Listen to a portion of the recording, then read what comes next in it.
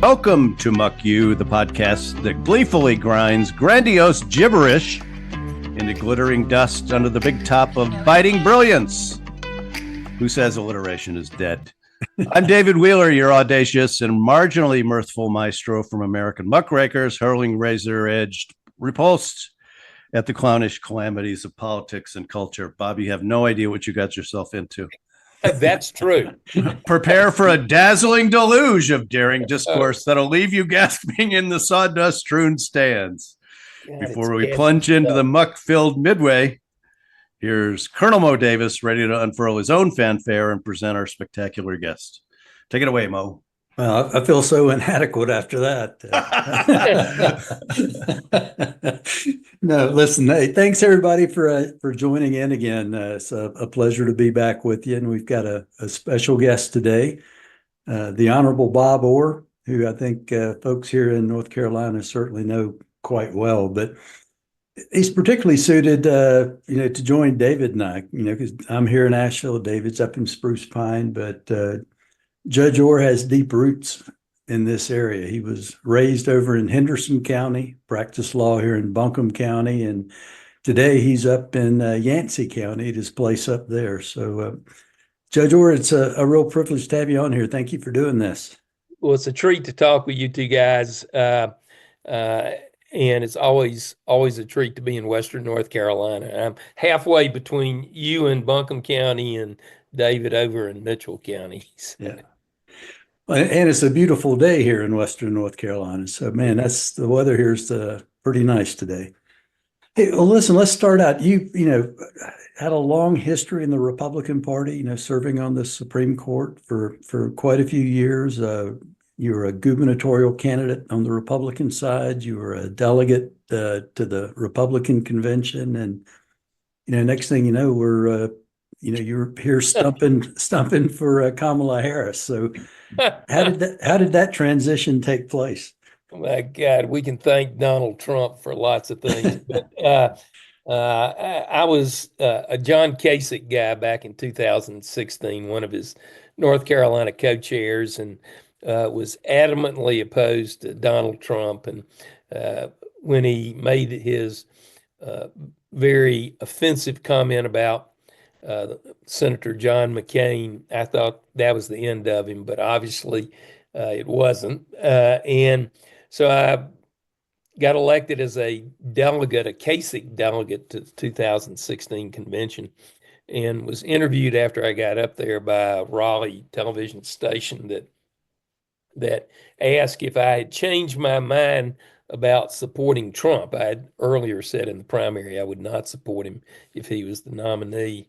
And I said, no, I haven't changed my mind. I think he's a danger to the country and a danger to the Republican Party. And that night I got an email that my credentials were being withheld unless I did a mea culpa. And so I told them they could stuff it, and I was headed back to Raleigh. So it was a short tenure there at the 2016 National Convention in Cleveland, but I was opposed to Trump literally from day one, and worked to try and help Joe Biden get elected in 2020, and then after January 6th, I said I just can't be affiliated with the party any longer. Based upon what happened in the responses in the Republican Party, and so I became unaffiliated. And it's kind of a cool status these days. Well, you're in the biggest group, here in North Carolina. Unaffiliated is the biggest category of voters, so you're not alone.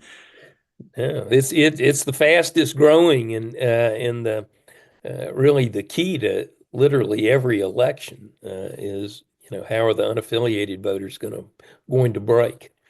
Well, it's interesting to me too that as you just said, it's the biggest voting group here in North Carolina, but under state law, we just had the ouster of the head of the Board of Elections after the Republican appointees took over. But right.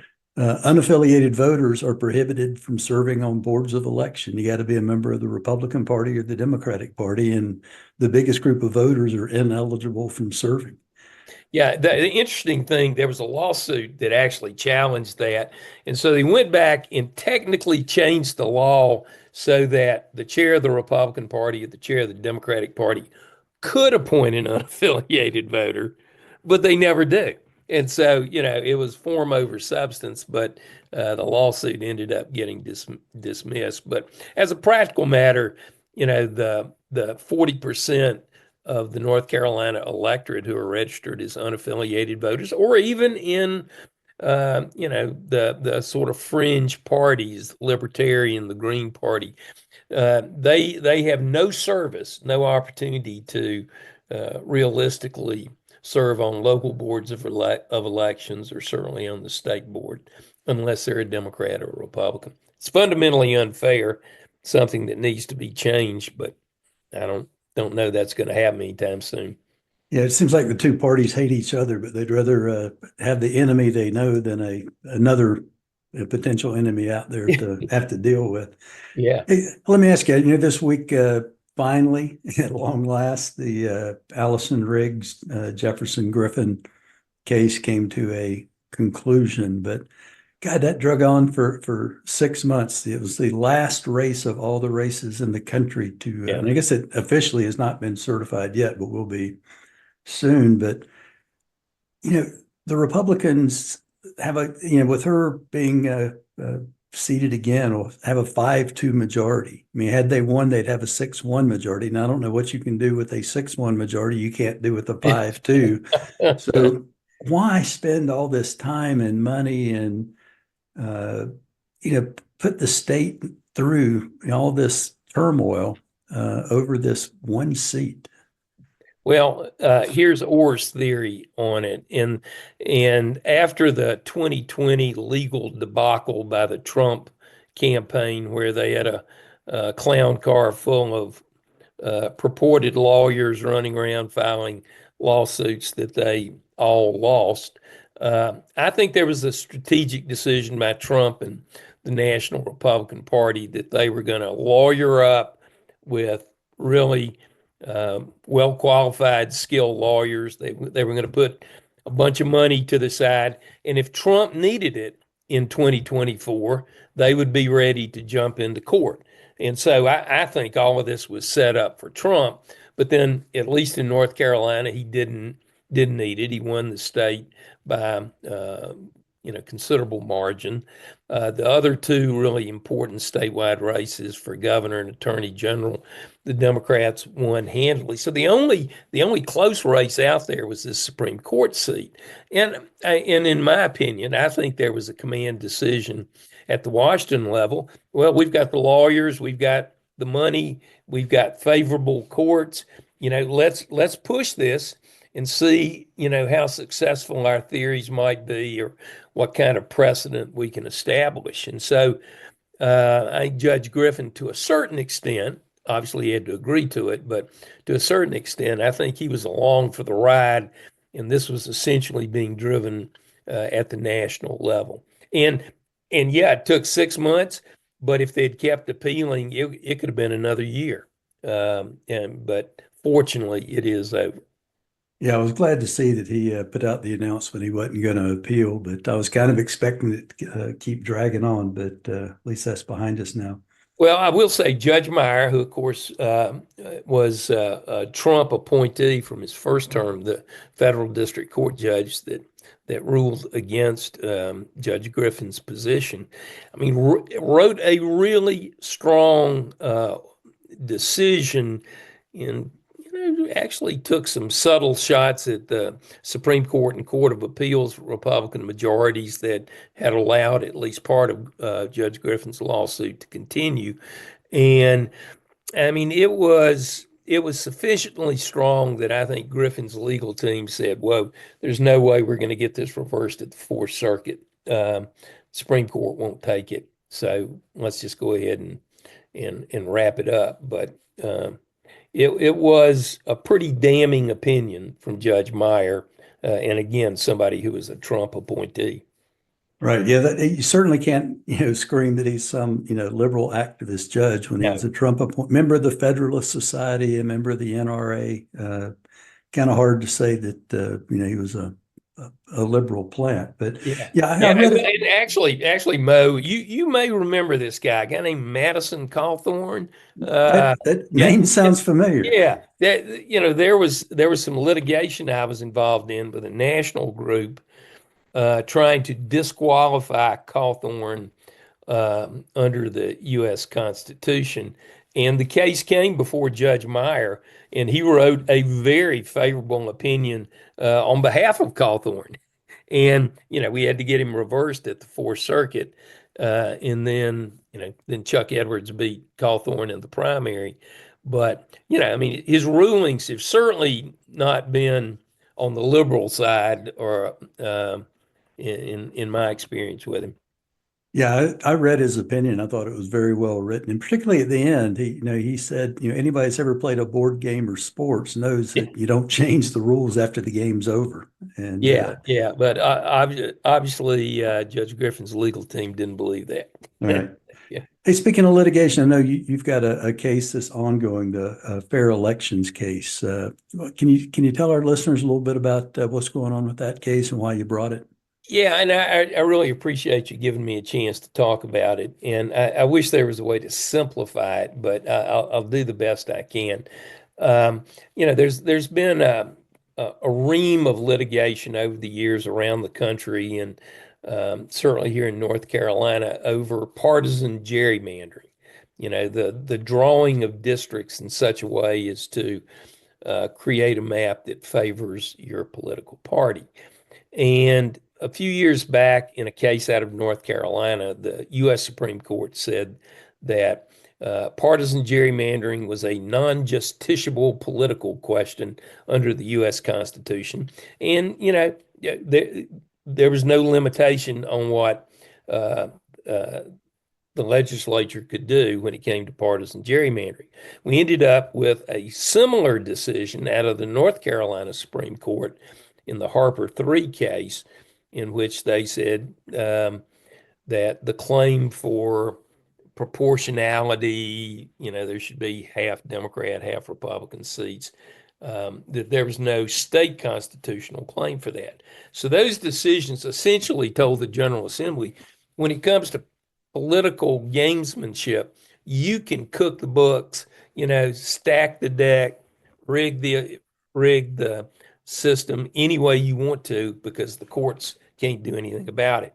But there was a question asked at the oral argument, and it said, well, do we have a right to fair elections? And that got me thinking, well, do we have a constitutional right under the state constitution to fair elections? And so we ended up and have brought this lawsuit with a group of 11 plaintiffs, good citizens, good government folks. And we're raising, the question, not in the context of the maps, but in very specific districts where General Assembly manipulated the voter pool by shifting these people here and adding these people, all of whom they had this in-depth political data, so they know essentially how they're going to vote. And they created 3 congressional districts that had been toss-up districts in which there were Democrat incumbents. But after they manipulated the voting pool, all 3 Democrat incumbents declined to run. And in fact, at least in one of the districts, there was no Democrat ran. And so the question is, everybody says, well, what do you mean by fair? Well, what we mean by fair is that government, in this case, the General Assembly, can't rig an election by manipulating the voter pool using all of this political data to, in essence, guarantee how the election's going to come out. And so it's not a political gerrymandering case as has been litigated previously, but it is a fair election case. And I know I probably bored your listeners to tears with that explanation, but the the question is, well, where does it say in the Constitution that you have a right to fair elections? Well, it doesn't. It says you got a right to frequent elections, you got a right to free elections, but it doesn't say anything about fair elections. So we have argued that the unenumerated rights provision provides for fair elections. And that provision in the Declaration of Rights essentially says, yeah, we've set out specific rights, but we also have these unenumerated rights, which the people still retain. And our position is, if you don't have a right to fair elections, you've completely undermined democracy. I mean, the whole concept of government and electing the people and giving them power is dependent upon a fair election meaning that the General Assembly, whether it's Democrat controlled or Republican controlled, can't manipulate the process so as to influence the outcome. So, in a long-winded, not terribly simple explanation, that's where we are. We lost at the trial level. It's on appeal to the Intermediate Appellate Court, the Court of Appeals. We do not have a date for an oral argument yet or a panel assigned, but it will either be in June or early in the fall. So, Justice Orr, I moved here in 2010, and I wrote an article yesterday that I think it's my fault that everything went downhill after that, but you can read it at Substack, AmericanMuckrakers.substack.com. But were the Democrats this bad about gerrymandering as well before 2010?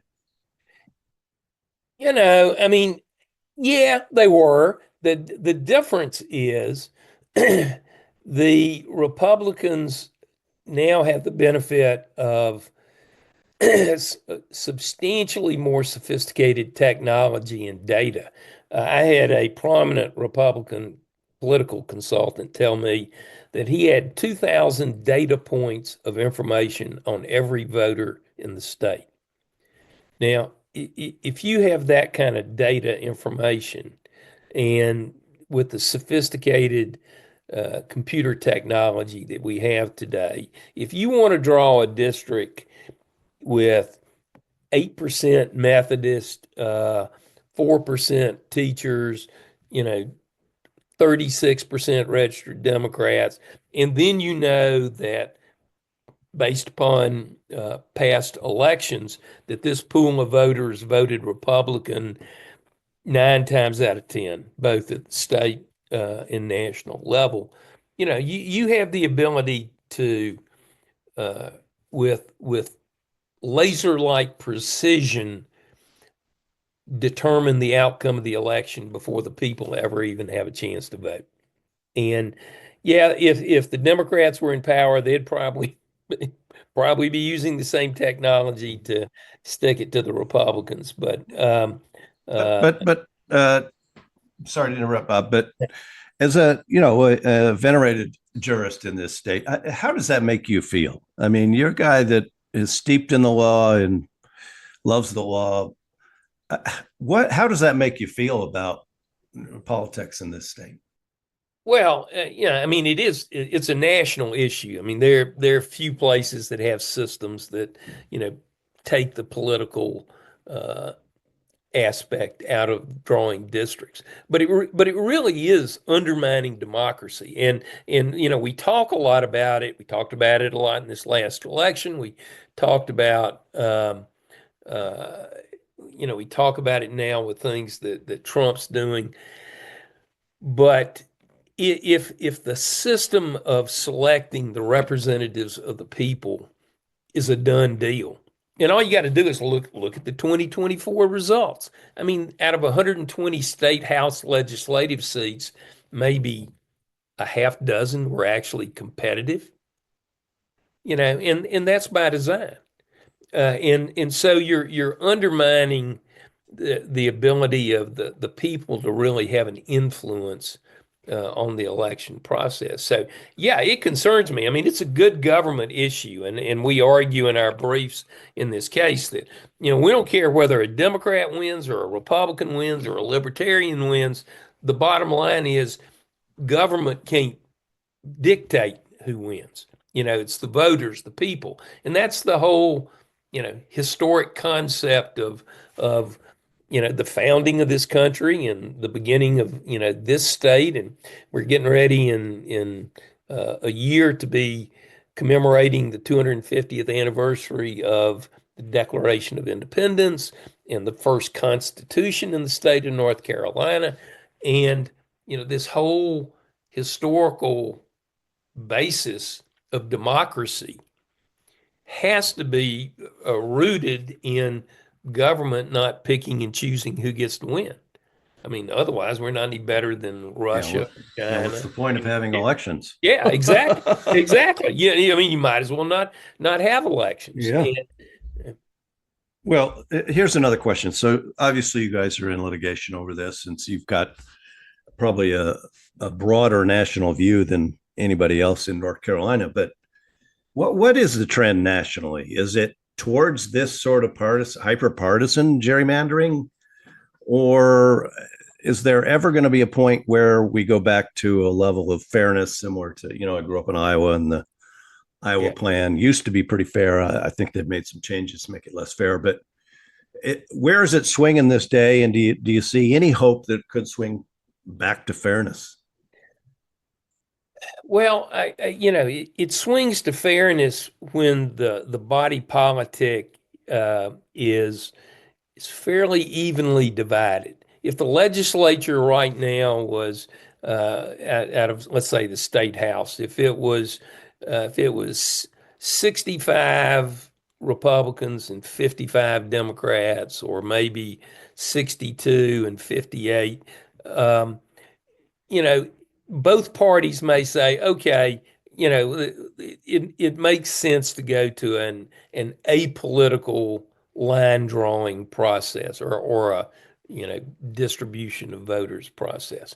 But as long as a party has a stranglehold on power, which now in North Carolina the Republican Party has legislatively, even though they're one vote short of a veto-proof majority in both houses.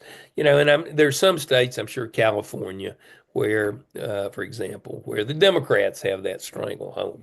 But people don't want to give up power. I mean, I've been kicking around politics here in North Carolina one way or the other, 50 years. And neither the Republicans nor the Democrats, when push comes to shove, want to give up power. And to give up cooking the books on legislative and congressional districts is just, it seems like it's too much to ask them. Yeah. They just aren't willing to give that power up. And frankly, there was a big bipartisan push when the Democrats controlled the legislature, I'm saying the early 2000s, saying, look, the tide's going to roll the other way. Now's the time to, do a good government independent redistricting commission or some other way of doing it. And they just couldn't get the votes to do it. And then the Republicans take control and they're like, okay, we know how you work. Payback's a bitch, Bob. I know you probably don't use that phrase, but I do. Karma's a bitch. Yeah, that's right. That's right. But Justice Orr, I mean, one of the differences is California.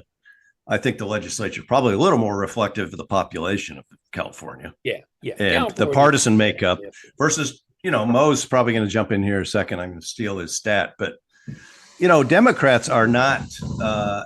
They're in the minority, but it's just by a little bit, voter-wise in the state. But they're clearly outflanked in the legislature, and that is the big difference in my mind between North Carolina and California. Is California is a little more legislature is a little more reflective of the people, but yeah. Well, that was the argument that the Democrat plaintiffs in the Rucho case and the Harper case, they said, look, we're a 50-50 state, therefore the districts should be proportional. And both the U.S. Supreme Court and the North Carolina Supreme Court said, well, there's no constitutional right to proportionality, and we don't know how, what constitutes a fair proportion? Is let's say congressional seats? Is it 7 and 7? Is it 6, 6 and 2 toss-ups? Is it all or nothing? It, people just the public has to I think put pressure on the legislature. But if you're in a well, look, David, the House district, senatorial district that you live in, that I'm a registered voter in, it's overwhelming Republican. So are our representatives going to vote to give away power? I don't think so.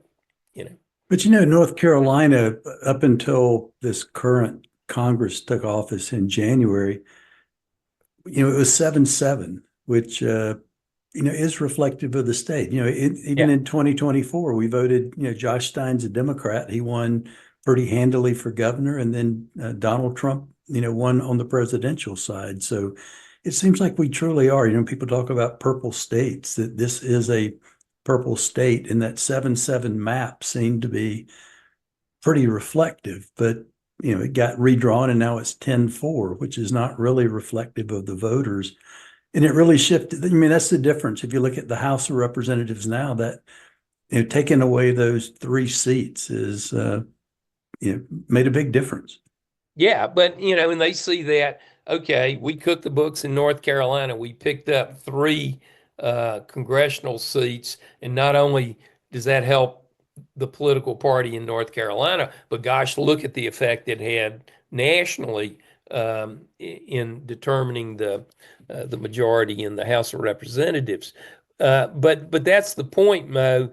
And really the point of the litigation is if you can manipulate who gets to vote for a particular seat so as to statistically virtually guarantee that your candidate's going to win, I mean, you've undermined the whole concept of a fair election.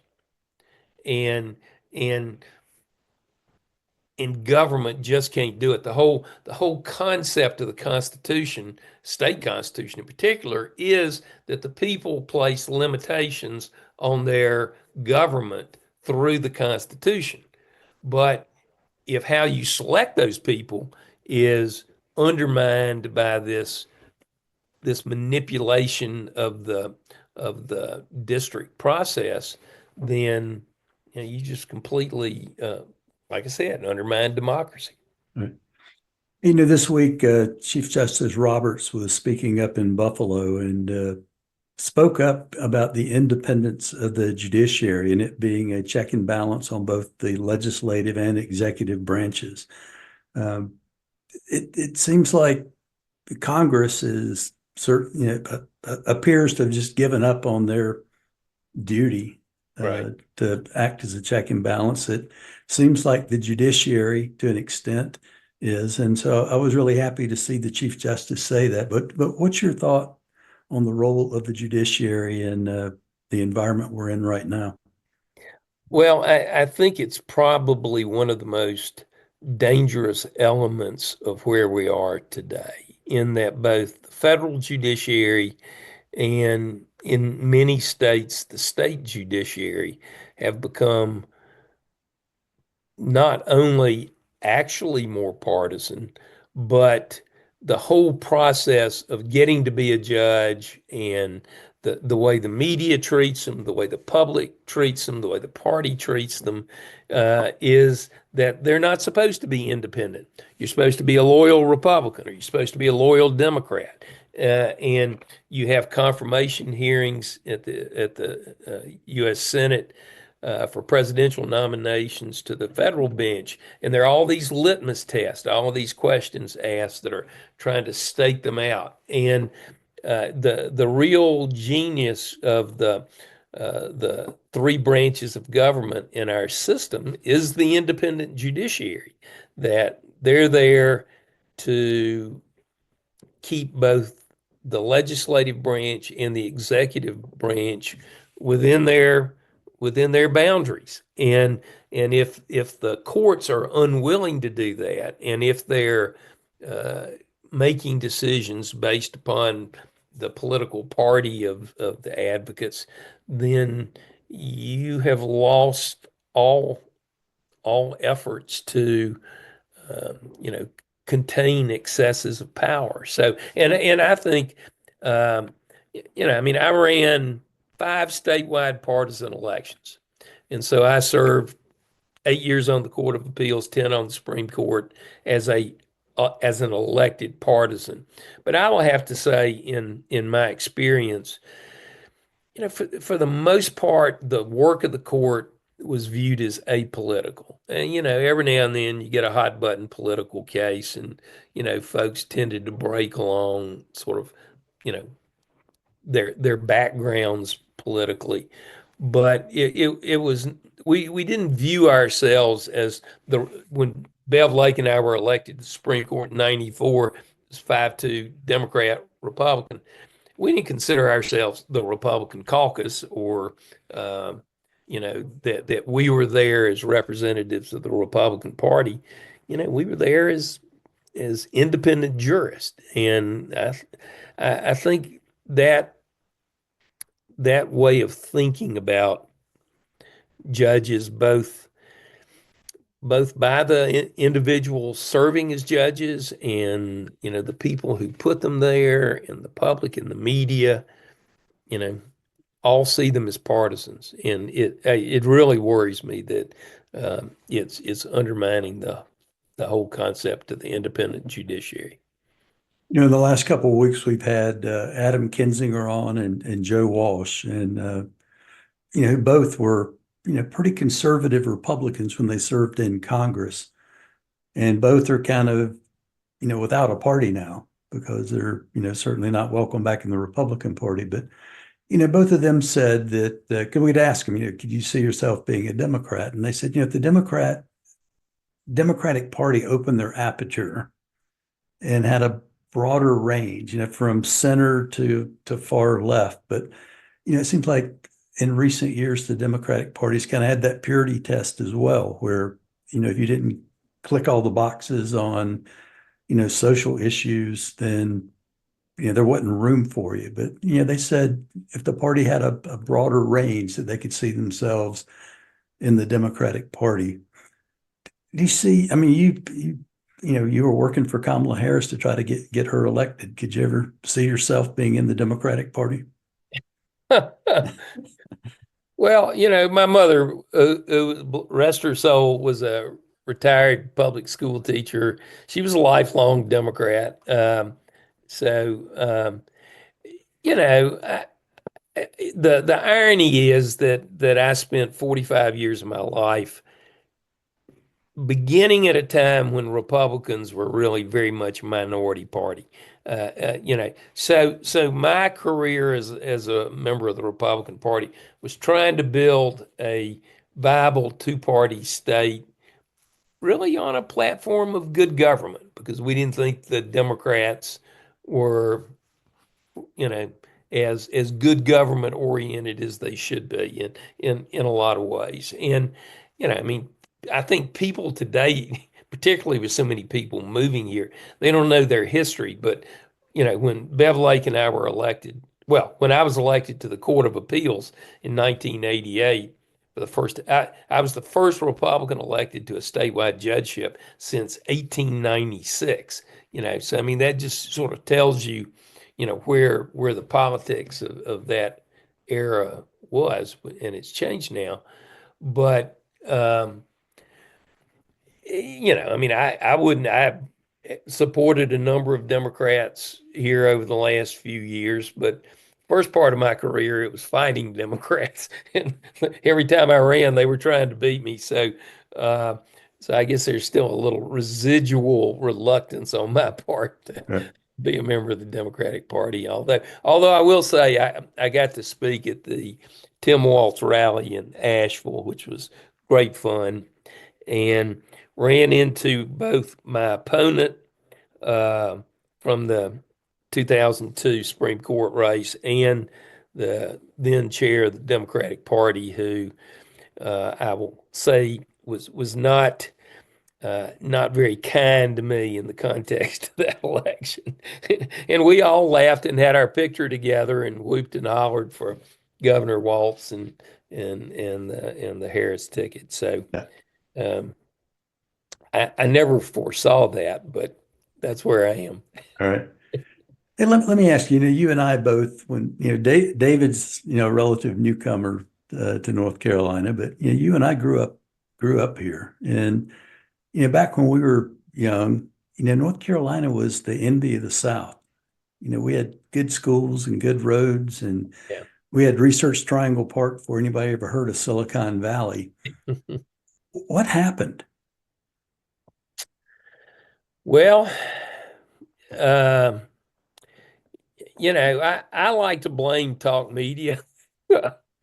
I mean, I really do think social media and the whole, I mean, as you remember, Mo, we grew up watching maybe Right. three national news networks with Walter Cronkite and Huntley Brinkley and Tom Brokaw or others. And now people don't get their news from television. It's from social media. It's from influencers. I haven't quite figured out. I guess David's an influencer, but It's not necessarily the right direction that I yeah, influence people. yeah, that's right. I mean, maybe not a good A influence. negative yeah, influence. yeah, you Yeah, saw yeah. my campaign for Yeah. statewide.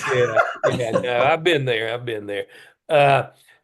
So I think that the demographics of the state has changed. I mean, ironically, in the western part of the state, when I was growing up, whether you were a Democrat or Republican probably depended on whether your ancestors fought for the Confederacy or fought for the Union. Now that's old history, but that was there was in Henderson County there was a Republican funeral home and there was a Democrat funeral home, and it was based again on which side you'd picked in the Civil War. So I just think the demographics have changed, the whole media world has changed, the the culture of the way people talk to other people, things they say. And I mean, there are things that are said on television today that my mother would have grabbed me by the scruff of my neck and washed my mouth out with soap and then took a hickory stick to me. I mean, and now it's just sort of common practice. Uh, so things have changed for the worst, in my opinion. Yeah, there have Right. been a lot of good changes in some areas, obviously, but culturally, the partisanship, the tribalism, I think fewer people go to church. I think maybe that's a problem, but Right. so it's just a very different world than when I was coming along. I mean, and I look at when Jim Martin, who was elected twice as a Republican governor, he ran on better roads, better schools, and better jobs.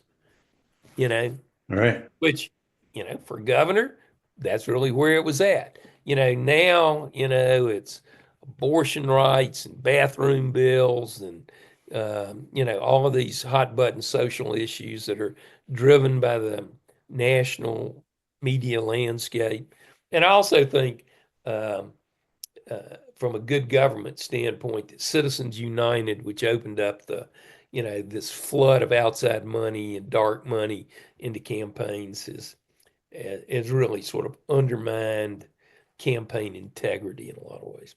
Yeah, I agree. I think, when I look back, I think two things. Citizens United is certainly one in the corrupting influence of money. But the other was, you're talking about, when we were growing up, the news, when Walter Cronkite said that's the way it is, that was the way it was. You're exactly right. And you could disagree on what the policy implications ought to be from that, but you started out with everybody on the same set of facts. Right. And then the fairness doctrine went away. And then a couple of years after that, we got Fox News and CNN. And I think, the demise of the fairness doctrine and Citizens United, those two combined to me, have a big role in where we are today. Yeah, I think you're exactly right. In some respects, I think Citizens United and campaign finance is even a bigger problem than gerrymandering and fair elections to some extent. I mean, it's just it's polluted races now where they don't even try to tell the truth. It's like anyway. Well, Uh, what about our friend here running for Congress, Bob? Uh, well, I'm all for it. Now, I'm going to go ahead and say this now. I I think Mo's a nice guy, and I think Mo needs to be more of a nice guy. You can hit the opponent and the opposition party hard, but I'm still a believer that likability is a factor in politics. In the middle, the swing voters that our friend running for Congress has to get, that we got to make sure they like Mo, and he's a likable guy. Uh, so I have to keep him away from you, David, too. He's a So bad you're not. influence. So you're an influence. You're the bad influence. No, Well, listen, I haven't said kidding. fuck once. Wait, I just did. I did. just did. But no, that's actually really good advice. And there are ways that we can work around that, I think. And Mo is a good guy. I mean, look at Lisa. She wouldn't have married him had he been an asshole like me. But so where else do you what other advice would you have for Mo? And for those folks that don't know, earlier this week, Mo had an article in the Smoky Mountain News that he's going to run for Congress against a guy I call Chunk Edwards here in Western North Carolina. But what other advice do you have for Mo? Well, I think you got to put together a campaign plan. He and I have talked about it. I mean, and I think you do it 18 months out, and you got to figure out how many votes do I have to win in an off-year election in 26. Where are those voters? Who are those voters? And what are those voters concerned about? And then what's the message that resonates with them? And I think, unfortunately, in Trump world, there's so many issues and so many things that you kind of want to talk about and get people engaged. We have an information overload, and I think the voting public, other than people like us, are becoming more and more disengaged from the information system. So I think, having a good game plan that's based upon, again, how many votes do I need to win? Where are those votes that I can pick up that prior candidates have not been able to get? And what are the 2 or 3 really gut issues that I can drive home over and over and over again to get that North Asheville unaffiliated 50-year-old housewife with a couple of kids who is living a pretty good lifestyle. How do you get her to vote for Mo as opposed to Chuck Edwards, who, to me, Donald Trump is an evil, bad guy. But Chuck Edwards, he's just kind of a guy, right? Owns some McDonald's, member a couple of country clubs. I think he actually, wants North Carolina and Western North Carolina to do well. He's just, he's just a Trump loyalist, though. So anyway. So do you think Mo could win? That's a tough question in front of the candidate. Well, when I ran in '88 for the Court of Appeals, nobody thought I could win. I mean, history said I couldn't win. So if I think it's winnable. I mean, Democrats have certainly won congressional seats, but it's got to be. It can't be just a conventional campaign, and it can't just be a scorched earth campaign. I think it's got to be a very tactical, shrewdly analyzed, strategic campaign. And, you're not going to win by a lot, but you only need to win by one. That's right. What do you think, Mo? That's my approach to Wordle every morning. If I get it in 6, then I've won. So no, I agree. And I think, there are enough folks around here, particularly after Hurricane Helene. Folks, we were behind before Hurricane Helene hit, and it's really exacerbated the problem. And I think some of these policies, cutting. I was out hiking yesterday, and it was really kind of eerie. We were along the Blue Ridge Parkway, and it was just dead quiet. I mean, normally there are cars zipping by, Yeah. and it's closed. And so, these cuts to the Park Service and the Forest Service and NOAA and all these other things, as people feel the pain, I think it might give folks a pause that they wouldn't have had otherwise. And I just know we can do better for Western North Carolina than we've been doing. Yeah, and I think the Blue Ridge Parkway is a great example on how you message that. In a lot of ways, the Blue Ridge Parkway isn't just a scenic drive, that's great for people interested in the outdoors and the beauty of Western North Carolina. It's a huge economic driver for Western North Carolina. And if it's shut down like it is now, and is going to be for a good long while, I mean, you can talk about all of the things you're doing to bring back the region, but you're undermining at the same time if you're pulling out a huge economic engine like the Blue Ridge Parkway for 6 months or a year or the like. So, but how you frame that, how you say that, how does that resonate with this voter you're trying to attract? I think is the real challenge in the issues there. There are a lot of facets of it, but I told David this is long before your time in the state, but the 1980 U.S. Senate race between a guy named John East, who was a Republican college professor at East Carolina who had polio, so he was in a wheelchair, was running against an incumbent Democrat senator named Robert Morgan, who'd been attorney general and very moderate conservative. And the East campaign ran one ad, literally one ad, that Robert Morgan gave away the Panama Canal. Just that simplistic, just that short. And they ran it over and over and over and over till we were all screaming, and East ends up and wins the race. So the power of the right message and delivering it over and over and over is something that I think candidates can sometimes forget about, or consultants forget about. So anyway. Well, I think we have our issue. Chuck Edwards is the guy that gave away the Panama Canal, as far as I'm concerned. Well, Trump's trying to get it back. That's why. Yeah. No, he gave away the French Broad River. So yeah. Well, there you go. So anyway, but I'm excited for Mo.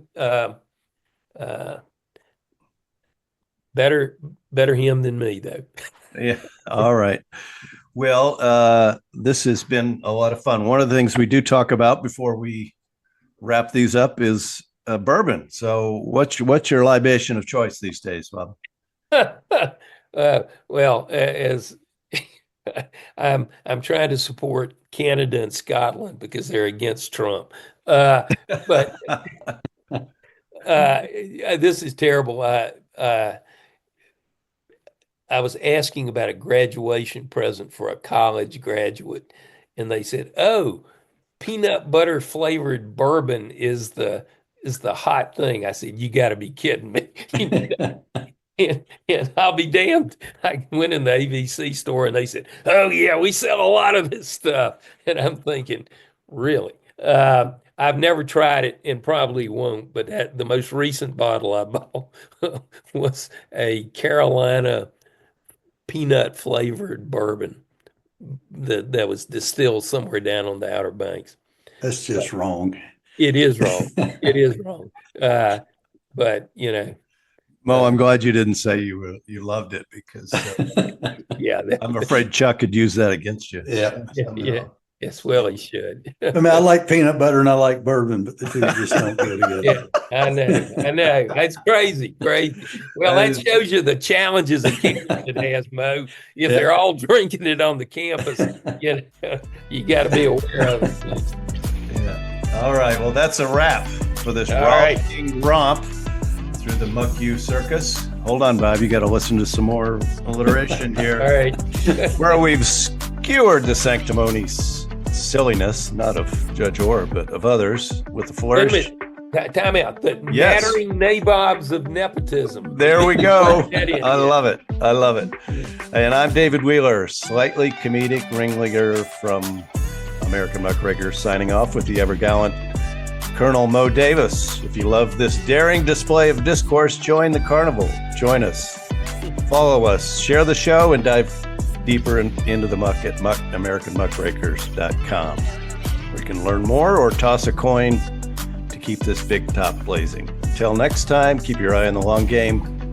Don't stop believing the truth matters. And with all due respect to Judge Bob Orr, our guest today, Muck You! All right. This has been Muck You, co-hosted by Colonel Mo Davis in Asheville, North Carolina, and David Wheeler in Spruce Pine, North Carolina. Thanks to our guest today, Justice Bob Orr, former associate judge on the North Carolina Supreme Court. You know who made it. You can read more about Justice Orr's current litigation project to make North Carolina elections fair at his X account with the handle Judge Bob Orr. Muck You is produced by American Muckrakers, copyright 2025.